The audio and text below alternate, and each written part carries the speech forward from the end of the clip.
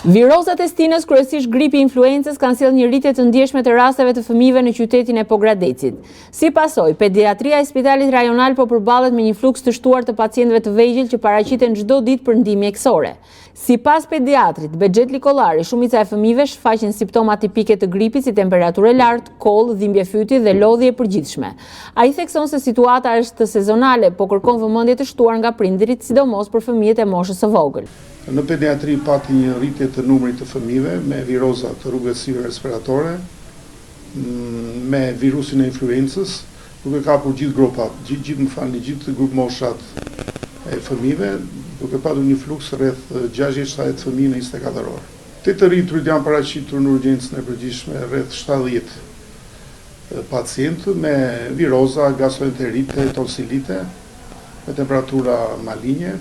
Fëmijët për shembull duhet të paraqiten që të paktën ditën e dytë të paraqiten në pavion e pediatrisë për vizitë, por edhe të rriturit ashtu do paraqiten që ditën e dytë për të vizituar.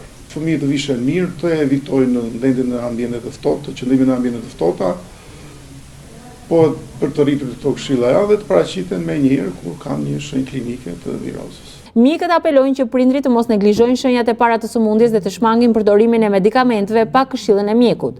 Gjithashtu, rekomandohet respektimi masave të higjienës, ajrosja e ambienteve dhe paraqitja në kohë pranë shërbimeve shëndetësore për të shmangur komplikacionet.